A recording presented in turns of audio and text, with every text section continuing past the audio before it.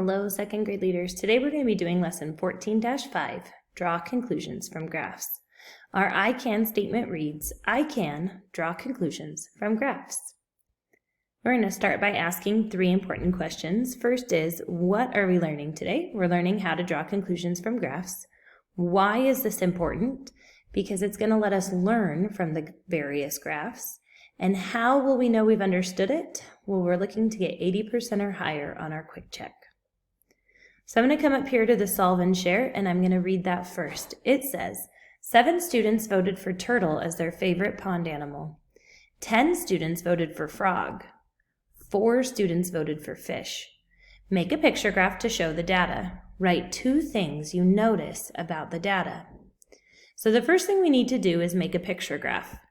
So they've started a graph for us by giving it a title, Favorite Pond Animals. They've listed the 3 animals that students were able to vote on, turtle, frog, and fish. And then they've given us a key, and they've told us that each star equals 1 vote. So we need to make sure that for every vote, we draw a star. So coming back up a little bit, I'm going to look and see that 7 students voted for turtle. So next to the turtle, I'm going to draw 7 stars. 1, 2, 3, 4, 5, 6, 7. Then I'm going to come down to frog, and I see that 10 students voted for frog. So I'm going to make 10 stars.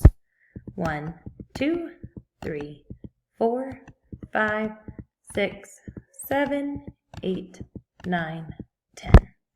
And last, I see that 4 students voted for fish. So I'm going to come down to fish, and I'm going to make 4 stars. 1, 2, 3, 4. Now that my graph is complete, I can draw some conclusions. So I can look at this information and learn some things. So the first thing that I see is that frog got the most votes. It got even more than turtle. So I could write something like, more students voted for frogs than turtles. Another thing I can see on my graph is that fish got the least amount of votes. So I might be able to say something like, fish were the least favorite. Those are 2 conclusions that I can draw from this graph.